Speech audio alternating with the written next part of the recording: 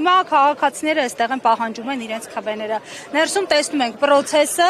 դեռևս հօգուտ իշխանությունների է, որովհետև միջնորդությունները, որոնք ակնհայտ է, որ պիտի բավարարվեն սահմանադրական դատարան, օրինակ Սեդա Սաֆարյանի, Դավիթ Խաչատուրյանի մասնակցության մասով հաշվի առնելով շատ բացահայտ հանգամանքներ, հաշվի չառնվեցին։ Ի վերջո ինչ սպասել։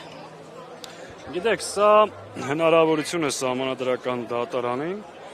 ապացուցելու, որ ինքը այս հանցավոր ռեժիմի կցորդը չէ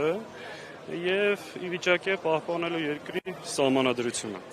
Առնվազն այդ հնարավորությունը տրված է սահմանադրական դատարանին եւ 7 ընդդիմադիր քաղաքական ուժ բողոքարկել են։ Հիմա սահմանադրական բարձր դատարանը կմնա իր օրենքի շրջանակում իր դերում թե չէ, առաջիկա օրերին կպարզվի, որ ասենք այս դատարանը արդեն ունի հեղինակություն, շարժվել է մինչև հիմա օրենքի շրջանակներում, չէ, բայց ամեն դեպքում դիմում կա, հնարավորություն տրված է, տեսնենք ինչ արդյունք կլինի։ Նկատում ենք, որ ընդդիմադիր պատգամավորները անընդհատ իրաց օրակարգով գնում են ազգային ժողով, բայց այնուամենայնիվ կարծես թե չի անցնում իրենց օրակարգը։ Այս անգամ ունեք դուք օրակարգ եւ պատրաստվում եք օրակարգը առաջ տալ։ Սահմանադրական դատարանի որոշումից հետո մենք կներկայացնենք մեր դիրքորոշումը, վերցնում ենք մանդատները, չենք վերցնում, եթե վերցնում ենք ինչ օրակարգով, եթե գնում ենք խորհրդարան, առնվազն ինչ ճանապարհային քարտեզ ենք պատկերացնում եւ գնալու դեպքում ինչ օրակարգով, ինչ քայլերով, ինչ ռեժիմով, ինչ ենք անելու, չգնալու դեպքում ինչ ենք անելու։ Ամեն դեպքում մենք պարզ ասել ենք, մինչև հիմա ունեցել ենք տարբեր քննարկումներ եւ մեր դաշինքի կուսակցության ներսում եւ գործընկերների հետ այդ քննարկումները շարունակվում են, վերջնական եզրակացության կգանք սահմանադրական դատարանի եզրակացությունից հետո։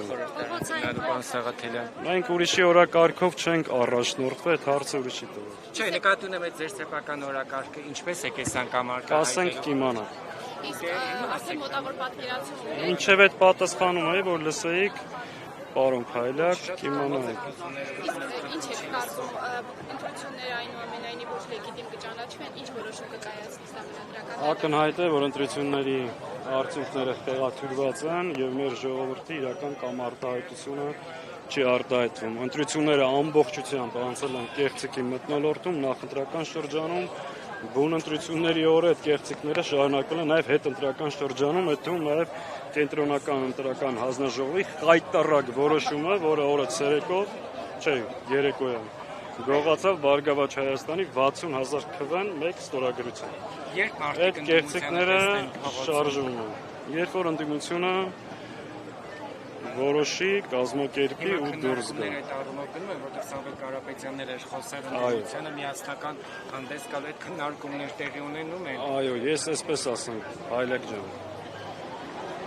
Միայն խորհրդարանական գործիքով հաջողության հասնել հնարավոր չի։ Եթե մենք գնանք խորհրդարան, այդ 5 տարվա մեջ պետք է նկատած լինեիք, որ մենք չենք գնացել, նստել մնացել խորհրդարանում, առնվազն 5 տարվա մեջ 3 հատ խոշոր շարժում է գեներացվել եւ փորձ արվել այս իշխանությանը հեռացնել։ Այդ հարցը տվեք նրանց, ովքեր այս 5 տարվա մեջ ոչինչ չեն արել, այդ հարցը ինձ մի տվեք։ Լիքը մարդիկ որոշ ճանաչում են։ Ես 3 անգամ փորձել եմ։ 3 անգամ։ Առնվազն փողոցով Նիկոլին հեռացնել։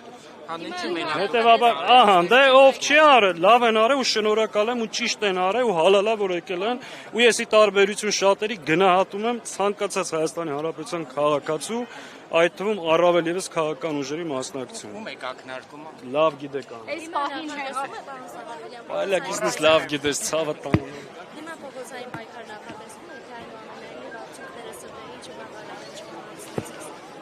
Ամեն դեպքում տարբեր սցենարներ արկում են ու նաև կա խորային հասկացությունը եւ գիտակցությունը, որ պետք է փողոց դուրս գալ առավելագույնը կազմակերպված, որպեսզի հաջողությունը լինի անխուսափելի։ Այսինքն փողոց դուրս գալու համար դա ճիշտ չէ։ Պարոն Սարգսյան, հավատում եք, որ կարող է իշխանությունը փոփոխել ընտրությունների միջոցով աշխարհի Առնվազն այս պարագայում իշխանությունը ամեն ինչ արեց վերարտադրվելու համար։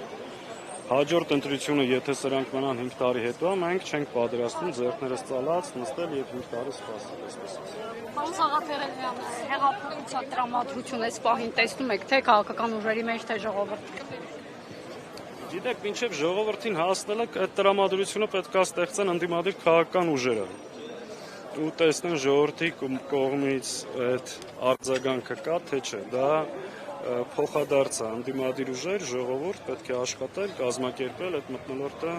ձևավորել։ Մի բան ակնհայտ է, որ ինչքան ուզում է, այսքան արտաքին խայտառակ միջամտության, հսկայական ընտրակեղծումների, պետական կաշառքի, ասենց լայնածավալ խախտումների պայմաններում գործող ուժը չկարողացավ ապահովել 50% քվե։ Հետևաբար ակնհայտ է, որ կա դժգոհություն։ Հիմա մեր քաղաքական ընդդիմադիր ուժերի խնդիրն է ճիշտ կազմակերպել այդ դժգոհությունը, ճիշտ պահի դուրս գալ եւ փորձել համաժողովրդական ընդգրկում շարժման միջոցով ժողովրդի կամքը թելադրել եւ հեռացնել այս իշխանությանը։ Հիմա եթե ինձանից ժամկետ հարցնեք, ասել չեմ կարող, որովհետեւ դա միայնակ կամ մեկ ուժի որոշելիք չի, պետք է դնենք, քննարկենք, կազմակերպենք ու այս իշխանության այս խայտառակ ռեպրեսիաները ընդդիմության նկատմամբ պայմանավորված են դրանով, որպեսզի մաքսիմում ընդդիմադիր ուժերին մեկուսացնեն, սահմանափակեն, որ հնարավոր փողոցային պայքարը կարողանան խոչընդոտել կամ թույլ չտալ։